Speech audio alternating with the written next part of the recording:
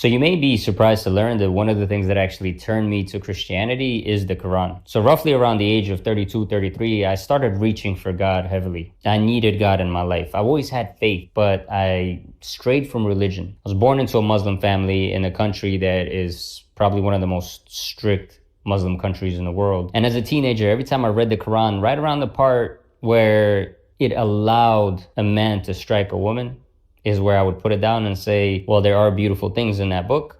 Some of it seems like man injected his word. And so I've always had a strong faith in God, but not a strong faith in religion. And that is because I made the mistake of judging the books by the students. But like I said, in my mid-30s, I started reaching for God. So I picked up the Quran. It was what was natural to me. You want to reach for God?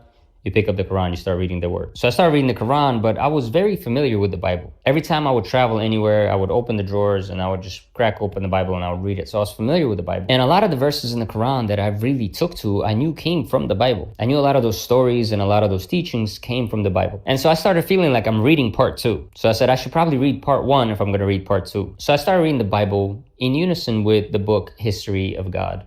And I just started researching heavily. And the Bible started resonating with me. But also one of the things that I learned in that book is the life of Muhammad and the process that he went through to developing Islam. In the beginning, he actually started teaching Judaism to his followers. Allah already existed in that region. It's just people didn't have a strong faith in God. And they were jealous of the Christians and of the Jews because they had their own prophets and they didn't have one. And Muhammad witnessed all of this. And at first he started teaching Jewish values to them. They would pray 3 times a day. They would pray in the direction of Jerusalem. But once the Jews started attacking his followers and started turning their backs on him, is when he changed it to 5 times a day prayer, is when he changed it to face Mecca instead of Jerusalem during prayer. And not only that, Muhammad's wife's cousin was Christian, who would teach Christian values to Muhammad.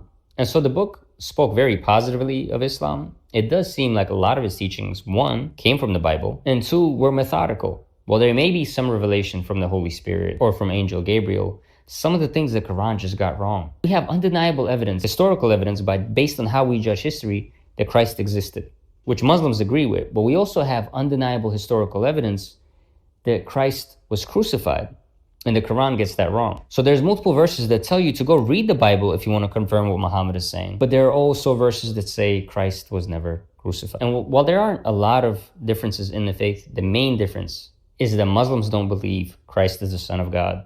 And once I understood the Trinity, once I understood the historical facts about Christ, that his existence and his miracles are historically accurate, not only that, there are historical references outside of the Bible text that prove he is real, that prove he existed, that prove he was crucified, that prove he performed miracles. Even those that were against him said he did miracles. They just called it sorcery. And so the more research that I did, the more I read the Bible, the more I understood the word, the more I realized there's only one path to the Father, and that's through the Son.